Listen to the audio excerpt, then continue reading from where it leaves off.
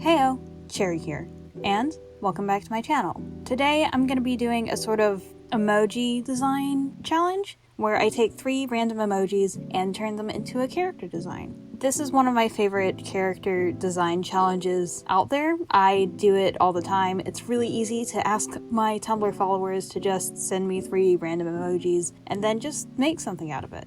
For this video, I've taken 3 of the designs that I did recently on my Tumblr, and I'm going to be doing a second pass on them, either because I really liked the design and wanted to polish it up, or I thought the design was really bad but had potential and wanted to give it a better shot. Also, this is an exercise to help me work on the supervillain comic I've been planning. I want to fill up the world with a bunch of different characters, a bunch of different supervillains, and I thought it'd be fun to practice coming up with designs and powers and motivations for some supervillains. But this first character I'm doing is actually a superhero, and I loved this design so much that I put way more effort and polish into both her first and second pass than any of the other designs I did. She is based off an hourglass, a sparkle, and a sparkler emoji.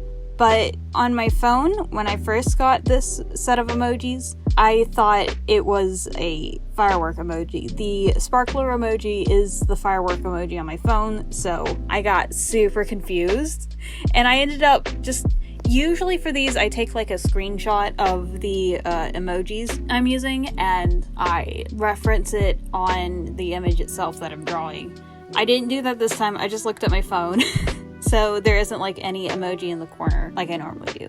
But for her design, I made her a superhero because the color scheme that I got from these 3 images felt kind of heroic, and so did the powers, so I'm like, it makes more sense to make her a superhero, you know?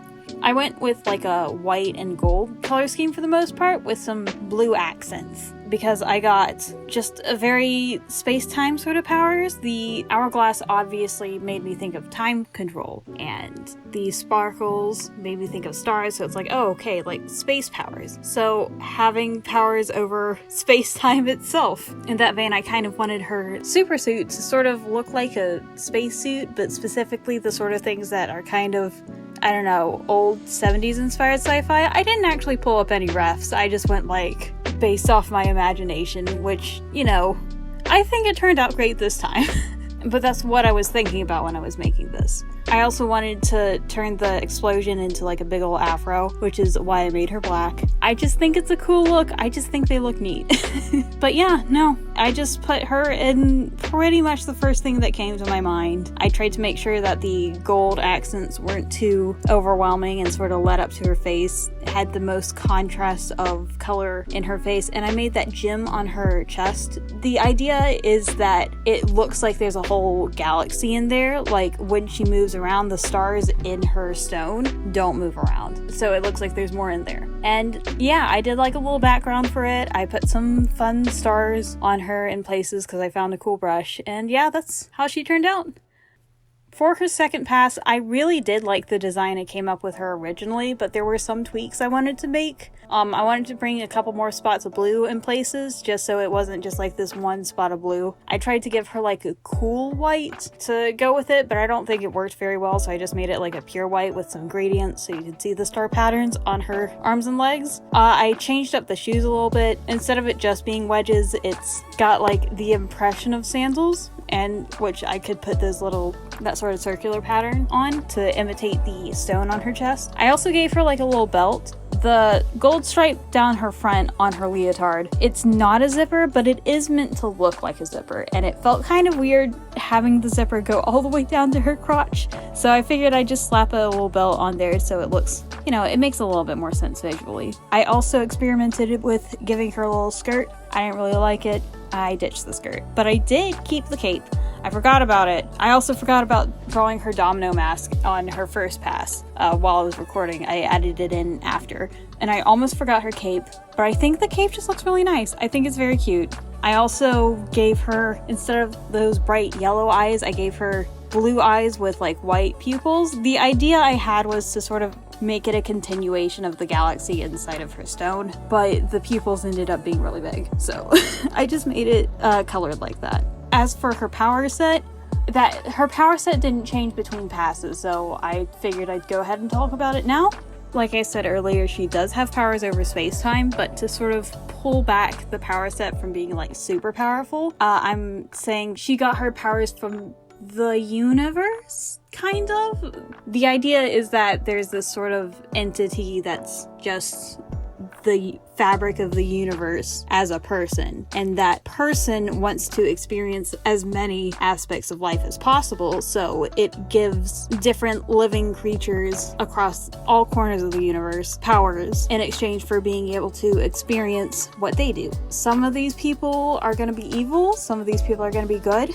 The universe isn't inherently good or inherently evil, it just wants to experience itself. And so there's a lot of potential for people with similar power sets as her to exist as well. Now, I don't know if she exists in the actual world of my supervillain comic. She's definitely not the main hero antagonist. Main hero antagonist is such a weird thing to say. And if she did, I like her a lot. I've been calling her Cosmo because her powers definitely lean more towards the space theme, just because like being able to fly and teleport and move things in space around with like telekinetic type powers is just way easier for fighting than having like the ability to go back in time. Like that could break plots very easily. So I'm thinking things like being able to time travel or hop between dimensions would be like higher level powers that she has to ask specifically to use, whereas her normal like flying, teleporting, telekinetic sort of powers are the ones she normally uses. She also has like the ability to predict the future by a couple seconds, which she uses in fights, of course. And yeah, also I toned down the oranges and reds in her hair. I had her afro like a lot more red-orange just to make it look more of an explosion-y, but it didn't really work, so I made it a lot more yellow and white instead. And I think it turned out nicely. Anyways, this is her finalized design. This is the only time you're going to be seeing actual line art. One last thing about Cosmo. I wanted to draw her civilian form because I thought about it a lot, but I just didn't get a chance to. But someone in a previous video had suggested Juno as a name for another character. I didn't end up going with that name for that character, but I liked it a lot, so I decided her civilian name is Juno. Juno something. I'm bad at names. Next up is this guy. He was based on the sparkling heart emoji, the disappearing face emoji, and the devil emoji.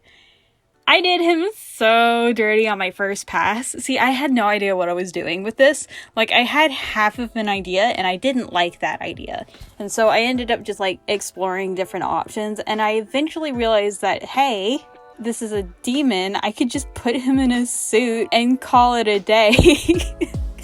But I did it in like the worst way possible. He's got a bald cap. Why did I give him that? Why did I do him like that? He has fake horns.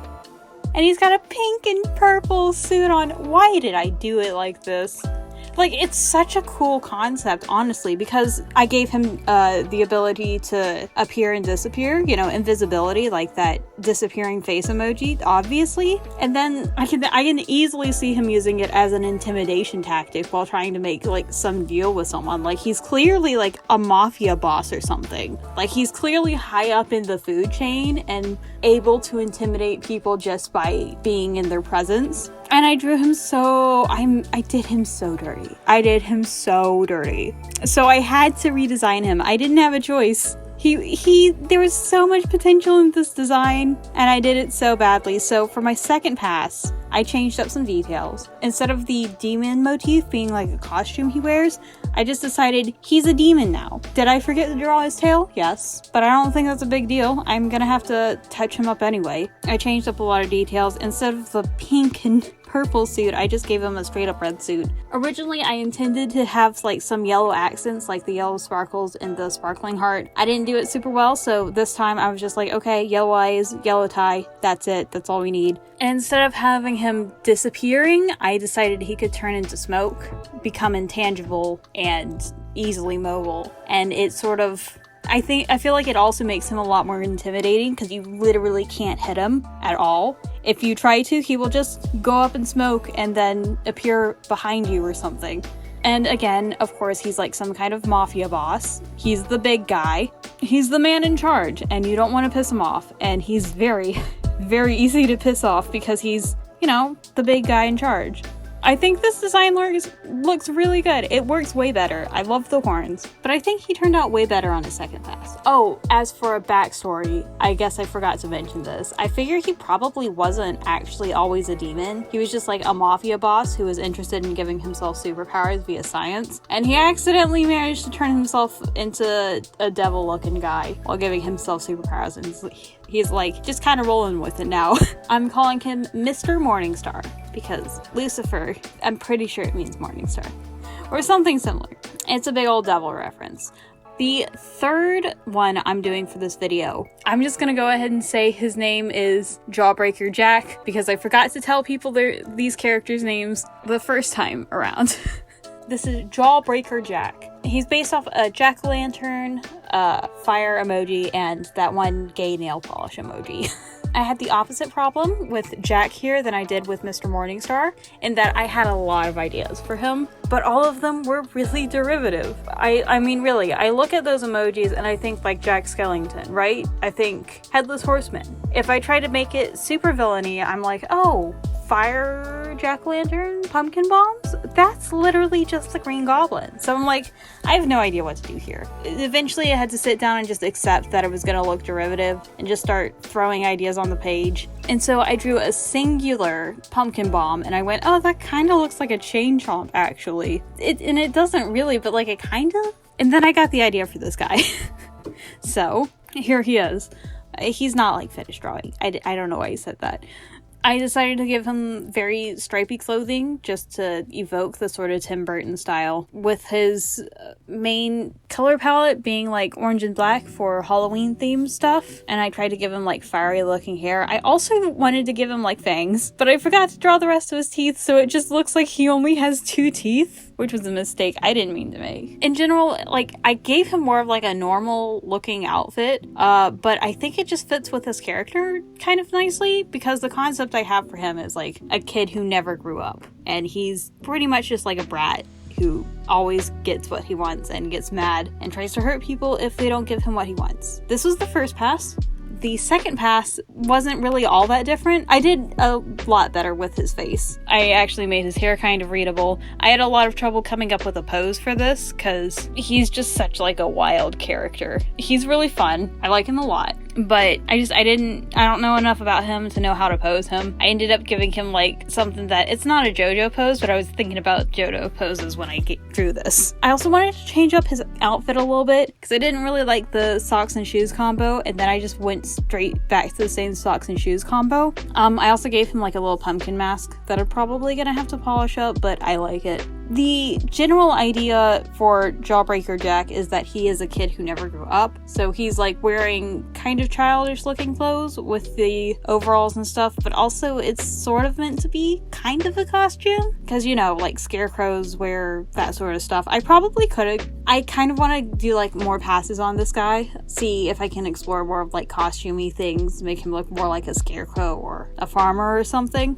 As for power sets, he only has like 1 power, but it's to be completely invulnerable. So you know how you'll hear about these like crazy things where a mom will lift a car off their child or something, and you're like, wow, that's insane. I didn't know the human body could do that. And you realize, no, the human body can't do that. It's just that this one situation was so stressful that it made the person push their body past their typical limits and seriously hurt themselves. Well, Jack's completely invulnerable. So if he pushes himself past his limit, he can't be hurt. So he can just do whatever he wants and get away with it, pretty much. I figure, I don't know too much about his backstory, but I figure his parents were probably the type to use corporal punishment, which doesn't work great against a kid who doesn't feel pain and can't be hit or hurt at all. I just think he looks really cool. Tumblr loved him, obviously. And I really like his design. I think he turned out really nicely. Anyways, here's all 3 of them. The superhero Cosmo and the villains Mr. Morningstar and Jawbreaker Jack. I really like doing this sort of 3 emoji character design challenge, so if you want to catch the next time I do it, then hop on over to my Tumblr and follow me, or you could subscribe and ring the bell, because I think I might actually ask you guys over on YouTube for emojis the next time I do this. Again, like I mentioned at the beginning, I'm working on a webcomic, and I'm going to be posting silly stuff about that. So if you want to see that, then subscribe, stick around, all that sort of stuff. But anyway, I've been Cherry, and I will see you next time.